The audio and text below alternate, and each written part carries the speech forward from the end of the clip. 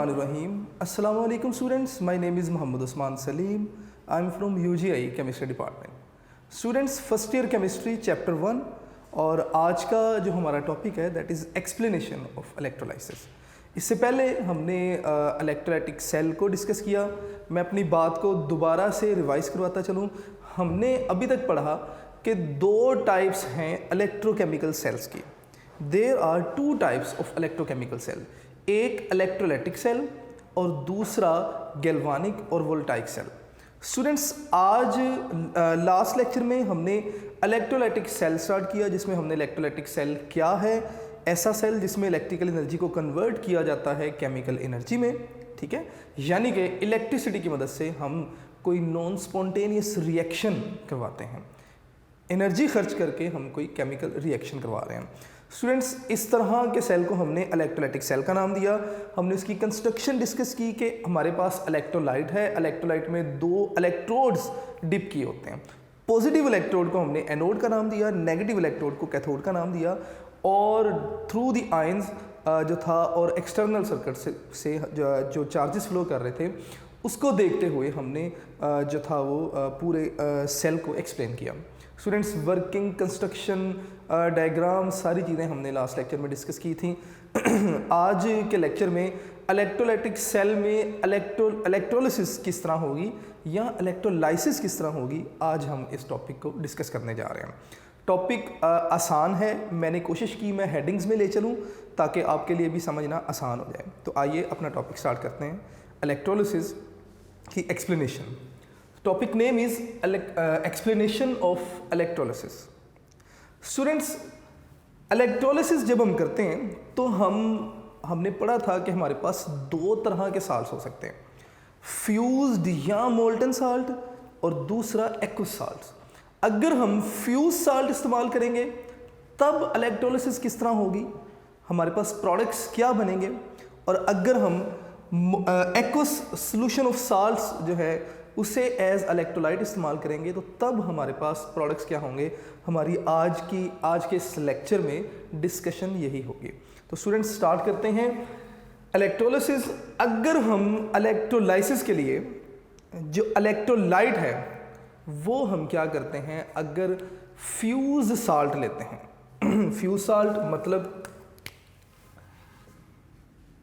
Molten salt ले लेते हैं।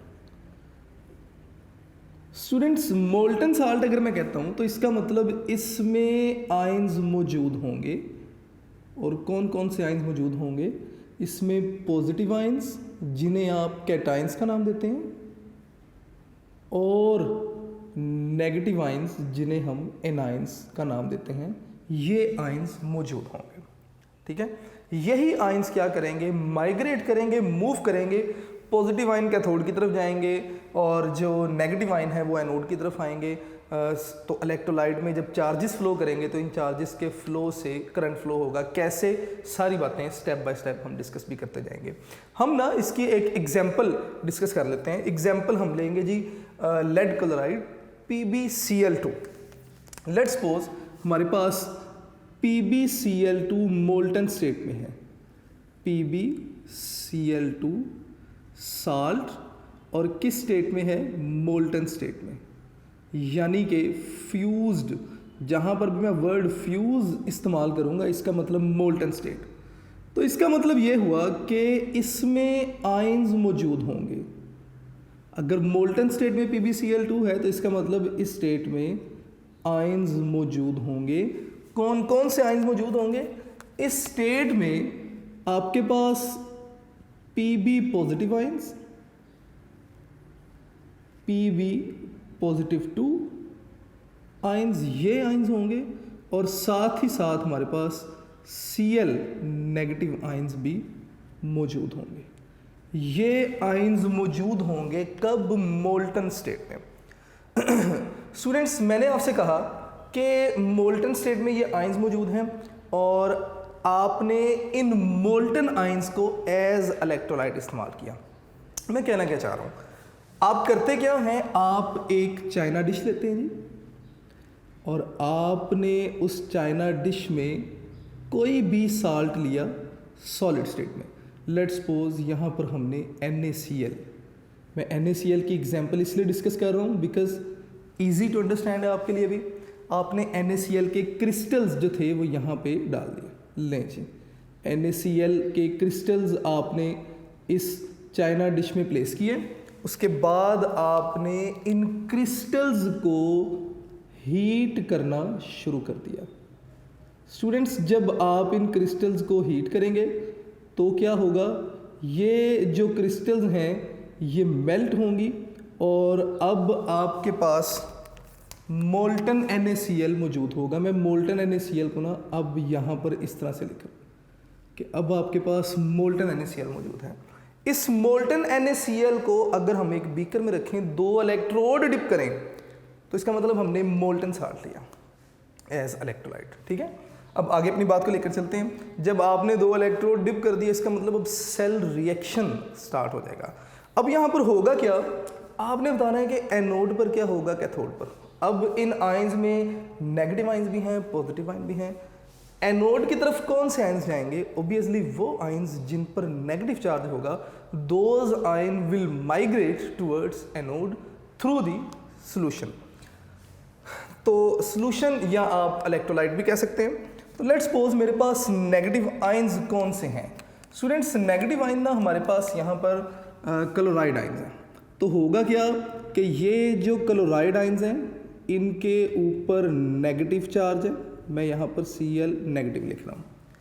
ये क्या करेंगे, ये जाएंगे एनोड की तरफ। एनोड पर ये अपने इलेक्ट्रॉन्स को रिलीज करेंगे। क्यों, क्लोरीन इनके ऊपर नेगेटिव चार्ज है, एक्स्ट्रा इलेक्ट्रॉन।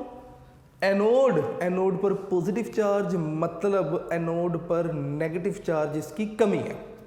तो क्लोरीन अपना एक्स्ट्रा नेगेटिव चार्ज एनोड को दे देंगे और ख़ुद डिस्चार्ज हो जाएंगे।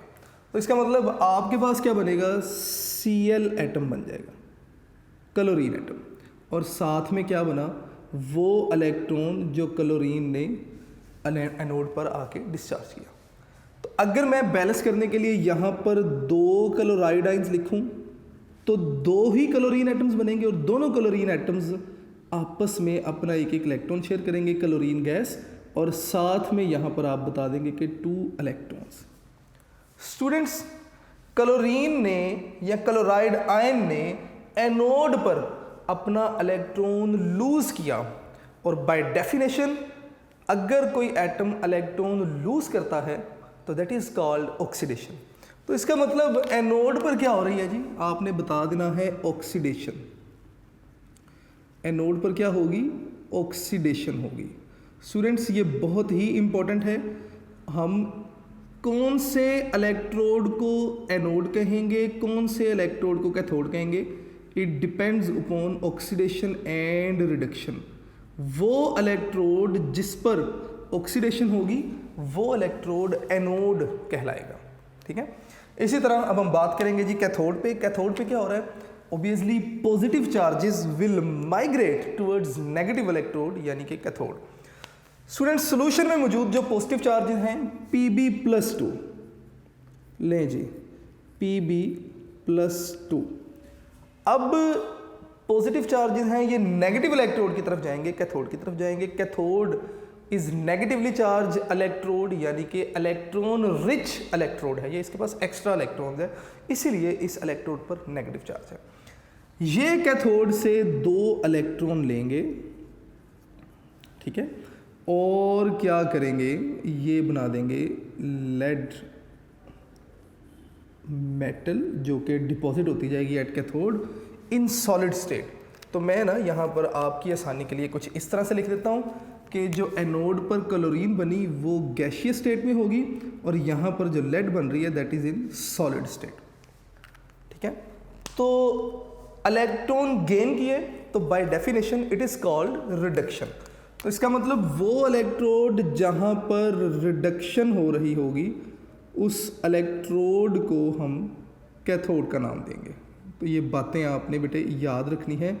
These are very important concepts with respect to MCQs। अब आगे चलते हैं। प्रोडक्ट्स आपके पास क्या बन रहे हैं, अब इस केस में products are very much predictable, products आप बड़ा इजीली प्रिडिक्ट कर सकते हैं क्योंकि फ्यूज्ड साल्ट है। इसका मतलब इलेक्ट्रोलाइट में कैथोड, इलेक्ट्रोलाइट में जो है वो पॉजिटिव और नेगेटिव आयंस ही मौजूद हैं। पॉजिटिव आयंस गए कैथोड की तरफ, नेगेटिव आयंस आए एनोड की तरफ। तो इसका मतलब कैथोड एनोड पर प्रोडक्ट्स क्या बन रही हैं, ये आप बड़ा इजीली जो है वो प्रिडिक्ट कर सकते हैं। तो मैं यहाँ पे लिख देता हूँ कि प्रोडक्ट्स आर प्रिडिक्टेबल, लें जी, प्रिडिक्टेबल। और क्या प्रोडक्ट्स होंगी आपने बता देना है कि एनोड पर आपके पास क्या बन रही हैं। इस केस में आपके पास गैस बनेगी, क्लोरीन गैस एनोड पर। मैं यहाँ पे लिख देता हूँ जी कि chlorine gas.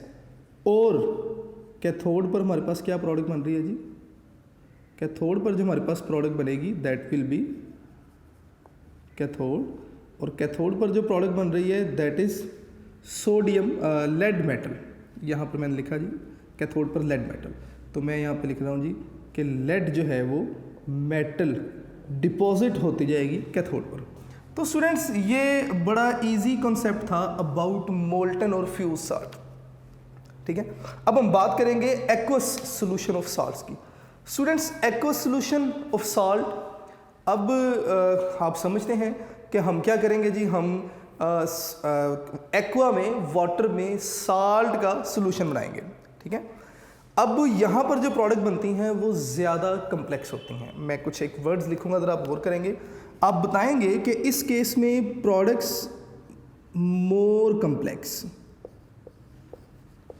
Products are more complex, products ज़्यादा कम्प्लेक्स हैं।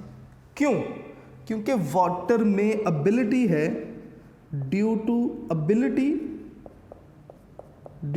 एबिलिटी ऑफ वाटर, वाटर में एबिलिटी है। किस चीज़ की एबिलिटी है जी, कि वाटर ऑक्सीडाइज भी हो सकता है, to get oxidise and reduce, कि वाटर जनाब ऑक्सीडाइज भी हो सकता है और रिड्यूस भी हो सकता है। इसका मतलब इस वजह से जो प्रोडक्ट्स आपके पास हैं वो आप प्रेडिक्ट नहीं कर सकते। और मैं यहाँ पे लिख देता हूँ कि प्रोडक्ट्स एक तो कम्प्लेक्स हैं और नॉट प्रिडिक्टेबल, प्रोडक्ट्स आप प्रिडिक्ट नहीं कर सकते कि प्रोडक्ट्स क्या होंगे। इसकी एग्जांपल हमको डिस्कस करते हैं। फॉर एग्जांपल हमारे पास NaNO3 का एक्वस सॉल्यूशन है। मैं यहाँ पे लिखता हूँ कि एक्वस सॉल्यूशन ऑफ NaNO3, मैं लिखूँगा जी इलेक्ट्रोलाइसिस, इलेक्ट्रोलाइसिस किसकी जी, आपने बताना है कि NaNO3 और कौन सा आपने बताना है कि एक्वस होगा। लें जी, जब आप एक्वस NaNO3 की इलेक्ट्रोलाइसिस करवाएंगे तो इसका मतलब कि इलेक्ट्रोलाइट में NaNO3 भी मौजूद है और साथ ही साथ क्या है, वाटर भी मौजूद है। स्टूडेंट्स इसका मतलब सॉल्यूशन में क्या क्या मौजूद होगा। सॉल्यूशन में जो सोडियम नाइट्रेट है NaNO3, डियर स्टूडेंट्स ये अपने आयंस में कन्वर्ट होगा, यानी कि आपके पास सॉल्यूशन में Na पॉजिटिव आयंस मौजूद हैं और साथ ही साथ आपके पास सॉल्यूशन में NO3 नेगेटिव आयंस भी मौजूद हैं। लें जी, इसके अलावा वाटर भी मौजूद था, एक्वस सॉल्यूशन था तो वाटर भी अपने आयंस में कन्वर्ट होगा, वाटर भी अपने आयंस में कन्वर्ट होगा। इसका मतलब अगर मैं लिखूंगा ना H2O, मैं बैलेंस करने के लिए यहाँ पे 2H2O लिख देता हूँ, तो वाटर की भी इलेक्ट्रोलाइसिस होगी, वाटर भी डिकम्पोज होगा अपने आयंस में और आपके पास ना H3O पॉजिटिव, जिसे आप H पॉजिटिव भी कह सकते हैं। ये मेरे वर्ड्स गिराइएगा नहीं, गौर से सुनिएगा। H3O पॉजिटिव को आप H पॉजिटिव भी कह सकते हैं। वैसे H3O पॉजिटिव को हम हाइड्रोनियम आयन कहते हैं। अगर कहीं आप H3O पॉजिटिव या सिंपली H पॉजिटिव लिख देंगे ना, तो दोनों चीज़ें तो डिफरेंट हैं, लेकिन कहीं ना कहीं इनकी सेंस सेम होगी, ठीक है। और साथ में हमारे पास क्या मौजूद होगा, साथ में हमारे पास OH नेगेटिव आयन जो है वो मौजूद होगा। मैं यहाँ पर लिख देता हूँ जी OH नेगेटिव, जिसे ना आप हाइड्रोक्सल आयन का नाम देते हैं। स्टूडेंट्स, अब हमने करना क्या है, हमने देखना है एनोड पे क्या रिएक्शन होगा और कैथोड पे क्या रिएक्शन होगा। इसको समझने के लिए ना हम एक बीकर बना लेते हैं, जिसमें आपके पास 2 इलेक्ट्रोड्स हैं, ठीक है। इस बीकर में आपके पास 2 इलेक्ट्रोड्स हम लगा देंगे। लेट्स सपोज कि ये आपके पास एक पॉजिटिव इलेक्ट्रोड, मैं यहाँ पर इस तरह लिख दूंगा कि ये हमारे पास क्या है, एक पॉजिटिव इलेक्ट्रोड है, और इस पॉजिटिव इलेक्ट्रोड के साथ ना हम एक नेगेटिव इलेक्ट्रोड भी बनाएंगे कि ये हमारे पास क्या है, एक नेगेटिव इलेक्ट्रोड है। ये चीज़ इसको बैलेंस कर लेते हैं, ये एक नेगेटिव इलेक्ट्रोड है। लें जी स्टूडेंट्स, अब इस बीकर में हुआ क्या, आपने इन दोनों इलेक्ट्रोड्स को एक्सटर्नली मिला दिया एक दूसरे से। अब इस सॉल्यूशन में Na पॉजिटिव आइंस मौजूद हैं, इस सॉल्यूशन में NO3 नेगेटिव आइंस मौजूद हैं, इस सॉल्यूशन में H पॉजिटिव आइंस मौजूद हैं, इस सॉल्यूशन में OH नेगेटिव आइंस भी मौजूद हैं। अब इसका मतलब ये हुआ कि जब इलेक्ट्रोलाइसिस होगी तो कुछ यूं होगा कि पॉजिटिव इलेक्ट्रोड की तरफ नेगेटिव आइंस जाएंगे और नेगेटिव इलेक्ट्रोड की तरफ पॉजिटिव आइंस आएंगे। सबसे पहले पॉजिटिव इलेक्ट्रोड यानी कि एनोड और नेगेटिव आइंस इस इलेक्ट्रोड की तरफ माइग्रेट करना शुरू करेंगे। नेगेटिव आयन कौन कौन से हैं, NO3 और OH नेगेटिव। स्टूडेंट्स, वैसे तो अगर मैं इसे बताता तो मैं इलेक्ट्रोकेमिकल सीरीज के थ्रू इन चीज़ों को एक्सप्लेन करता, लेकिन फिलहाल आपने वो टॉपिक नहीं पढ़ा तो मैं बात को कुछ इस तरह से एक्सप्लेन करूँगा कि इनमें से वो आयंस जो ज़्यादा स्टेबल है, वो आयन इन दोनों नेगेटिव आयन में से, दोनों नेगेटिव आयन एनोड की तरफ जाएंगे, लेकिन वो आयन जो ज़्यादा स्टेबल है उसकी डिस्चार्जिंग नहीं होगी, वो आयन जो लेस स्टेबल है वो डिस्चार्ज हो जाएगा। स्टूडेंट्स, इन दोनों आयन्स में से hydroxyl ion is less stable, ठीक है। तो हाइड्रोक्सल आयन जो है वो डिस्चार्ज होंगे as compare to nitrate ion. तो मैं यहाँ पे लिखूंगा कि हाइड्रोक्सल आयन यहाँ पर आएंगे OH नेगेटिव आयन। स्टूडेंट्स, ये OH नेगेटिव आयन क्या करेंगे, एनोड पर अपना एक्स्ट्रा इलेक्ट्रॉन रिलीज करेंगे और हाइड्रोक्सल ग्रुप आपके पास E नेगेटिव, इस तरह से आपके पास OH ये ग्रुप बनेगा। फिर आपकी बुक कहती है according to your textbook कि ये 4 OH ग्रुप मिलेंगे और क्या बनाएंगे, ये ऑक्सीजन। अगर ये 4 OH नेगेटिव आइंस आएँ तो ये क्या करेंगे जी, ये ऑक्सीजन गैस बनाएंगे। मैं यहाँ पे लिख देता हूँ जी कि O2 और साथ में मैं क्या लिख दूँगा जी 2H2O। ये आपके पास प्रोडक्ट्स बन रहे हैं जी, कहाँ पर, एट एनोड। यानी कि एनोड पर जो आपके पास प्रोडक्ट बनी, in the case of NaNO3 क्या बनेगी, ऑक्सीजन गैस बन रही है, एक प्रोडक्ट ये बन गई। इसी तरह अगर आप एनोड पर बताना चाहें कि ऑक्सीडेशन हुई या रिडक्शन, तो अगर आप देखेंगे कि लूज ऑफ इलेक्ट्रॉन हो रहा है, लॉस ऑफ इलेक्ट्रॉन, तो loss of electron is called oxidation. तो मैं ना यहाँ पे लिख देता हूँ कि एनोड पर, यहाँ पर इस इलेक्ट्रोड पर ऑक्सीडेशन हुई, और मैंने आपसे कहा था कि जिस इलेक्ट्रोड पर ऑक्सीडेशन होगी उस इलेक्ट्रोड को हम नाम देंगे एनोड का। ले जी, ये ना हमारे पास क्या है, एनोड। अब आगे चलते हैं जी बात को लेकर, कैथोड की तरफ आते हैं। कैथोड पे अगर आप देखेंगे ना तो कैथोड की तरफ सोडियम आयन और H पॉजिटिव आयन दोनों आयन्स आएंगे, लेकिन sodium ions are more stable as compare to H positive ion. Metal है, लाइक करती है अपना इलेक्ट्रॉन लूज करना, Na पॉजिटिव के फॉर्म में रहना, तो ज़्यादा स्टेबल है। H positive is less stable as compare to sodium. तो इसका मतलब H पॉजिटिव जो है ये इलेक्ट्रॉन गेन करेगा। तो मैं यहाँ पर लिख रहा हूँ बेटे, ज़रा गौर कीजिएगा कि H पॉजिटिव क्या करेगा, विल गेन एन इलेक्ट्रॉन, और ये क्या बना देगा, ये हाइड्रोजन बनाएगा।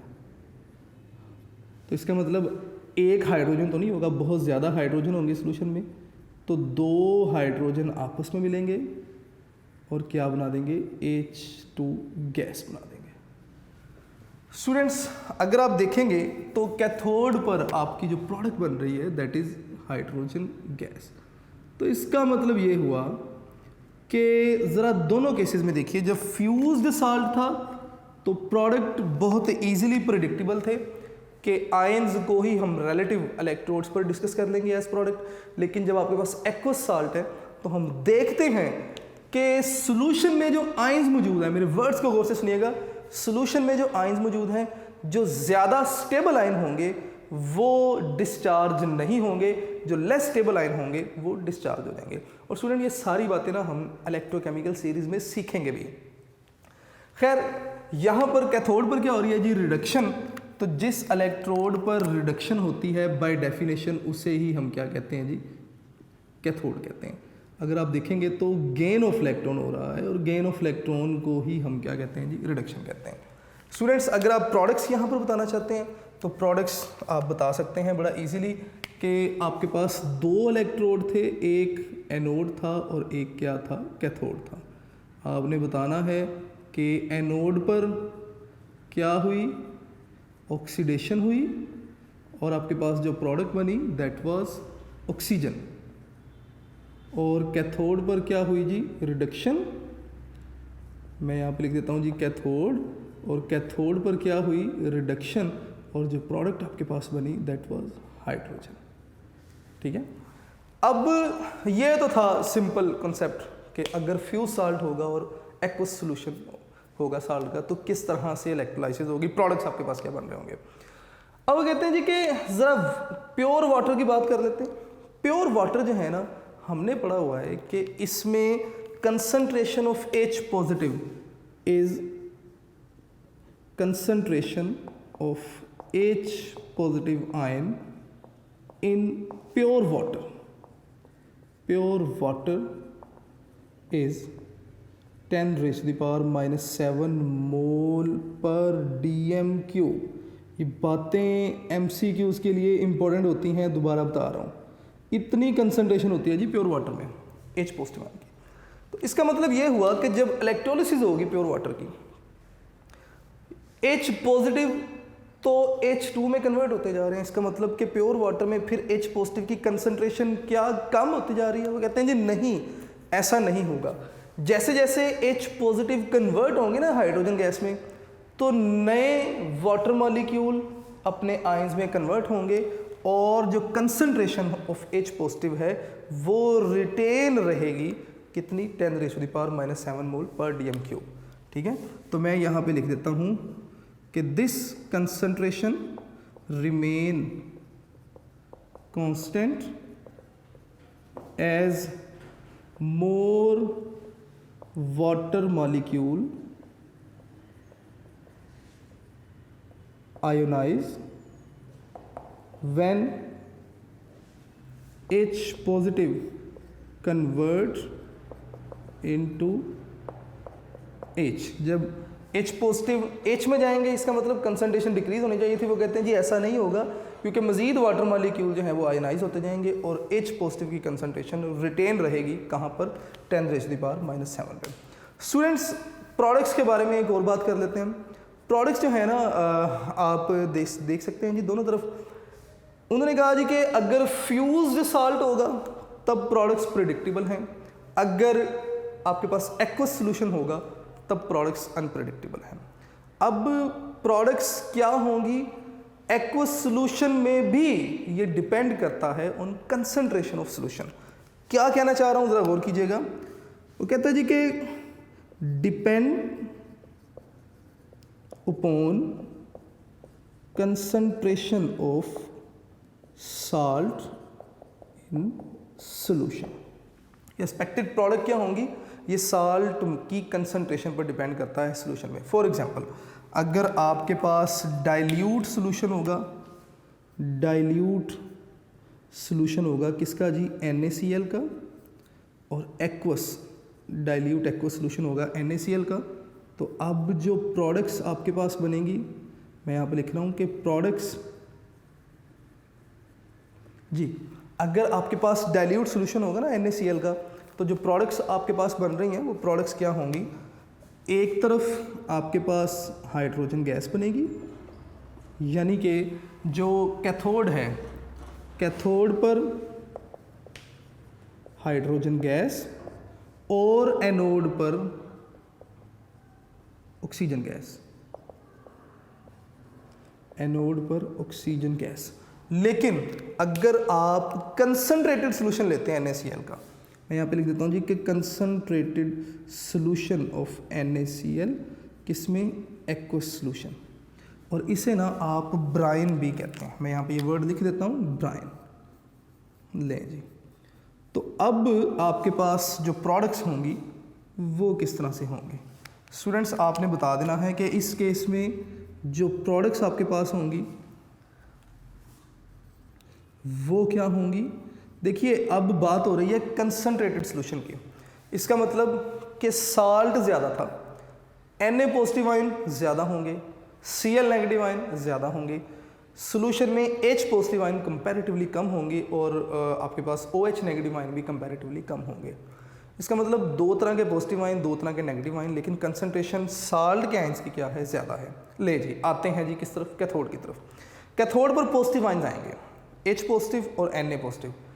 H positive are very much unstable as compare to Na positive, या मैं ये कहूँगा कि Na positive ion metallic ion है। मेटल के आयन आपको पता है पॉजिटिव फॉर्म में ही रहना पसंद करते हैं, कैटायनिक फॉर्म में रहना पसंद करते हैं। जिसका मतलब कि कैथोड पर तो जनाब आपके पास बनेगी ही H पॉजिटिव, ठीक है। तो मैं यहाँ पे लिख देता हूँ कि एट कैथोड आपके पास हाइड्रोजन H पॉजिटिव ही डिस्चार्ज होंगे और कैथोड पर आपके पास H पॉजिटिव ही बनेगा। लेकिन जब हम बात करेंगे एनोड की, तो क्लोराइड आयन है और वाटर के आयन हाइड्रोक्सिल आयन, ये दोनों एनोड पर आके जो है वो डिस्चार्ज होना चाहेंगे। वैसे तो हाइड्रोक्सिल आयन को डिस्चार्ज होना चाहिए था because they are less stable, लेकिन क्लोराइड आयंस की कंसंट्रेशन ज़्यादा होने की वजह से क्लोराइड आयन डिस्चार्ज होते हैं और आपके पास क्लोरीन गैस बनेगी। तो मैं यहाँ पे लिख देता हूँ कि एट एनोड जो आपके पास प्रोडक्ट बनेगी that will B chlorine gas. Students, ये हमारा आज का लेक्चर था जिसमें हमने डिस्कस किया कि इलेक्ट्रोलिसिस क्या है। अगर आपके पास फ्यूज्ड साल्ट है तो इलेक्ट्रोलिसिस कैसे होगी, आपके पास प्रोडक्ट्स क्या बनेंगे। इसी तरह अगर एक्वस सॉल्यूशन ऑफ साल्ट है तो आपके पास प्रोडक्ट्स किस तरह होंगी। मुझे उम्मीद है कि मेरी बातें आपको क्लियर होंगी। आपने अपने लेक्चर नोट्स ज़रूर बनाने हैं, इसके साथ साथ अपने लेक्चर को गौर से सुने और डेली का लेक्चर डेली ज़रूर नोट कीजिएगा। इंशाल्लाह नेक्स्ट लेक्चर में अपना नेक्स्ट टॉपिक डिस्कस करेंगे। अपना ढेर सारा ख्याल रखिएगा। अस्सलाम वालेकुम।